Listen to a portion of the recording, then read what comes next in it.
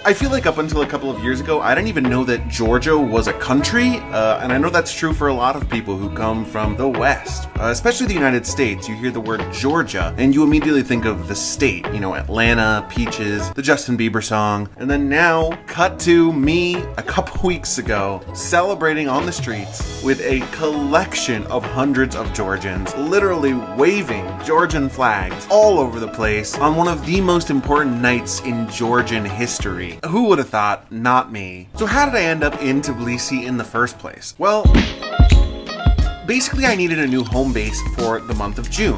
For the month of May I was in Istanbul. I actually made a couple of videos about it. I went to Istanbul, I went to Cappadocia. It was amazing. And I knew that in the month of July I was going to be staying in Delhi, India. So I needed somewhere ideally that was kind of in between those two places, that was affordable, and that was interesting. And the thing that kept coming up on my radar in my searches was Tbilisi, Georgia.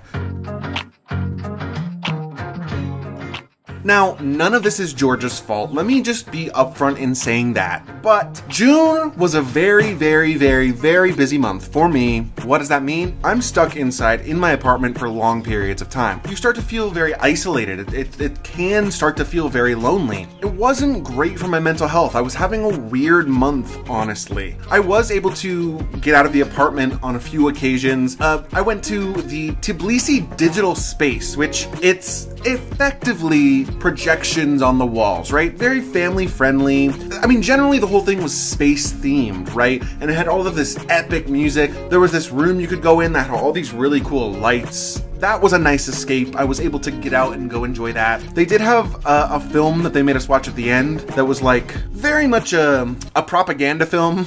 So that was interesting, but on the whole, I really enjoyed doing that. Also, the food was great. I mean, khachapuri, if you've never had it, is incredible. It's this bread-based dish with cheese and egg and this like boat shape. There's a few different regional versions of it. I'm actually going to be making an entire food video for Georgia after this one. I'll be talking about it all there, so make sure that you're subscribing so that you don't miss that when it comes out. I also got a chance to explore the old town. I took a walking tour. I got to see so many of the amazing sights, including taking the cable car up to the Mother Georgia statue, which is just beautiful and it overlooks the city. There's also a funicular that'll take you up to Mtatsminda Park, which is it's literally a theme park on top of a mountain overlooking the city, which is wild.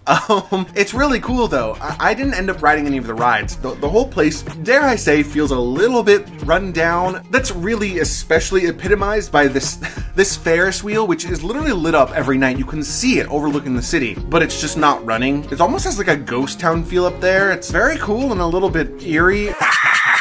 I don't know. There's so many cool things to see throughout the city, and I was very, very grateful that I was able to find those few moments here and there. I also decided that I would try one other thing in an effort to sort of relax and wind down.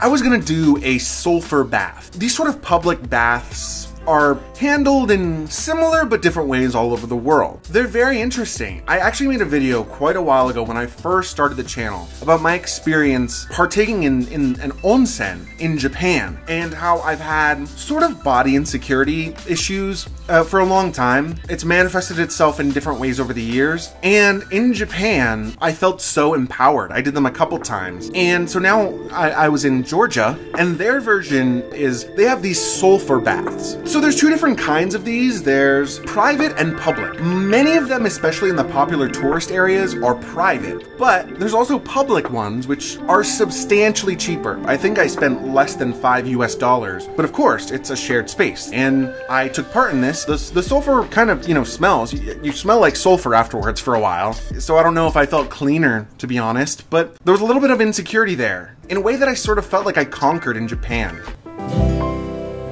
All of that to say, I sort of felt like I had taken a little bit of a step back. With all of these things put together, not to sound dramatic, but I was hitting a little bit of a low. I was feeling exhausted, I was feeling stressed, I was feeling, I don't know, a lot of things that I didn't love feeling. And so, I was supposed to go to Azerbaijan. I had it fully booked. I didn't go. I did not go on this trip, which I've never done before. I've never done anything like that. I literally was just like, I need a minute. And so I took a minute, and it ended up being the greatest possible decision that I could have made. one of the nights that I was supposed to be in Baku, there was some kind of gathering taking place. I didn't even know what it was, but I heard tons of people cheering and laughing and having a good time. For whatever reason, maybe it was just I was determined to get out of my funk, whatever. I slammed my laptop shut and I went downstairs to just see what everybody was celebrating about. And what I saw was just a whole bunch of Georgians watching Georgia play against Portugal, the team of Cristiano Ronaldo, world famous player, one of the best in the Euro Cup. Nobody thought that they had any chance of winning. I watched the game, I joined them, and wouldn't you know it, Georgia beats Portugal to get their first ever win in the Euro Cup. Now, a couple of weeks prior, this would have meant nothing to me. I went from being somebody who had no stake in this, no interest in this whatsoever, to being incredibly invested. I spent the whole night with the Georgians celebrating on the streets of Tbilisi. There were fireworks. There were people driving down the street, holding Georgian flags, waving them around in the air. There were people, this man was by himself waving this flag for at least an hour straight. It was one of the coolest things I have ever experienced from a travel standpoint. There will never be another night in Georgian history where they win their first Euro Cup match. You get one of those, and I was there for that. And maybe this is dramatic to say, but it changed everything for me. The next day, I was so reinvigorated, I decided I wasn't gonna work, and I went to go see The Chronicles of Georgia, which is such a dramatic name, it's crazy, but this monument, which continues to be unfinished to this day, just towers into the sky from the ground, and you know, it was built, I think, in the 80s. It's fairly recent. It's not like an ancient monument or anything, but I went and I got to, you know, overlook this beautiful lake and see this incredible structure and eat some wine ice cream, which, by the way, world, wake up to wine ice cream because this stuff is baller.